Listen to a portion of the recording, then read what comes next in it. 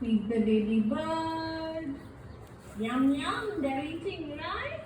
Yes, the baby bird is being fed by the mama bird. Who's the mama bird now? Us, right? Let's go back, go back, go back, go back. Our other baby bird is hungry too. Let's find more worms. Yum. And give it. Yes, let's fly back, fly back, fly back. Yeah, try to pick it up.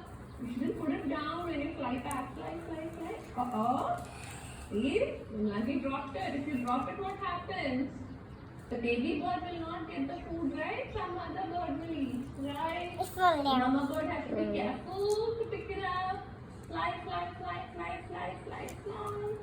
And feed the baby And देखो bird. Peppa, Come back beak, again. oil Pick it worms, up. kids, oil Fly, birds. fly, fly, fly. Mama, you have to press it. Hold it with this like this, no? And feed the baby bird. And then give it. Yes. Okay. Use your right I have a hand. small piece of instruction Ah, for you. I used my right Kids hand. can not Okay. able to pick it up. Let's let them first practice picking it up separately, and then you can give them this as an activity to put it inside the nest. Yes? Yeah.